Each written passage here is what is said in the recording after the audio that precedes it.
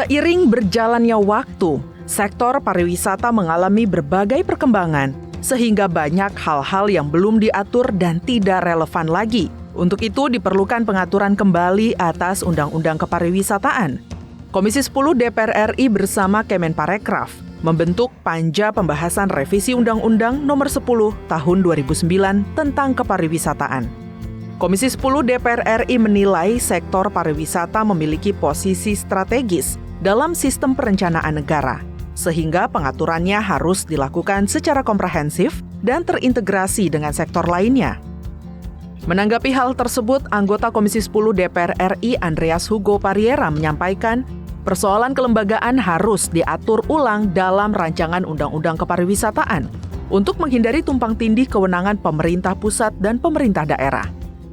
Karena kita tahu bahwa pariwisata itu ada di daerah gitu.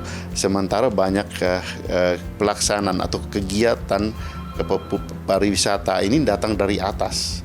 Yang jadi pelaksana, yang melaksanakan atau membangun infrastruktur kepariwisataan.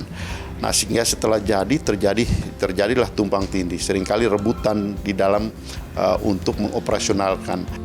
Lebih lanjut, Ketua Komisi 10 DPR RI Syaiful Huda menyampaikan, revisi Undang-Undang Kepariwisataan menjadi momentum perbaikan menyeluruh atas kendala yang dirasakan stakeholder, terutama terkait persoalan tumpang tindih kewenangan. Syaiful menyoroti kondisi saat ini terlalu banyak lembaga yang ikut mengatur sektor pariwisata. Ketika dirasa kewenangan yang selama ini dipegang dan lalu ini kita anggap kontraproduktif dalam upaya pengembangan pariwisata, jangan sampai karena ego sektoral lalu mengorbankan pengembangan pariwisata kita ke depan. Dan ini yang seringkali kita alami dari berbagai peristiwa konsolidasi di level pemerintah pusat. Nah, karena itu kita ingin semua melepas ego sektoralnya dan kita ingin pariwisata kita betul-betul rebound di masa-masa yang akan datang. Komisi 10 DPR RI juga menyerap masukan dari stakeholder atau para pelaku sektor pariwisata. Selain memperkaya naskah akademik, masukan dari stakeholder diharapkan dapat membentuk aturan yang lebih komprehensif dan mampu mengakomodir kebutuhan masing-masing stakeholder, termasuk memberdayakan masyarakat. Anggota Komisi 10 DPR RI Rano Karno mengapresiasi masukan dari stakeholder pariwisata yang hadir di dalam rapat. Lebih lanjut, ia juga menyatakan pentingnya perubahan Undang-Undang Nomor 10 Tahun 2009 dikarenakan Undang-Undang Kepariwisataan yang berlaku saat ini memerlukan banyak penyesuaian. Kesatu yang harus kita sepakat bahwa teknologi tidak bisa dihindari. Cuman bagaimana caranya supaya kita juga tidak terganggu. Hotel dengan bisa kamar bisa pesan dengan online segala macam. Kemudian Bali pernah terganggu dengan banyaknya villa-villa. Ini kan juga mesti diatur semua. Nah, jadi memang kalau melihat dari Undang-Undang 10 tahun 2009 udah 13 tahun memang nggak bisa, harus dirubah. Draft rancangan Undang-Undang Kepariwisataan menyoroti beberapa hal, di antaranya 1.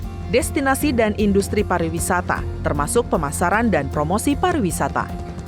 2. Digitalisasi dan penguatan infrastruktur IT. 3. Kelembagaan pariwisata, asosiasi dan SDM kepariwisataan yang mencakup pengaturan tugas, fungsi, dan wewenang pemerintah pusat dan daerah dalam sektor pariwisata. 4. Strategi dan arah pariwisata berkelanjutan, serta integrasi cagar budaya dengan destinasi pariwisata lainnya. 5. Pengaturan terkait hak dan kewajiban dan peran serta masyarakat. Yang terakhir, terkait pengaturan izin usaha pariwisata dan pendanaan kepariwisataan. Komisi 10 juga meminta Kemenparekraf terus mengidentifikasi dan melakukan kajian terhadap permasalahan baru pariwisata, sehingga dalam proses pembahasan rancangan undang-undang dapat memberikan masukan secara komprehensif. Tim Liputan TVR Parlemen melaporkan.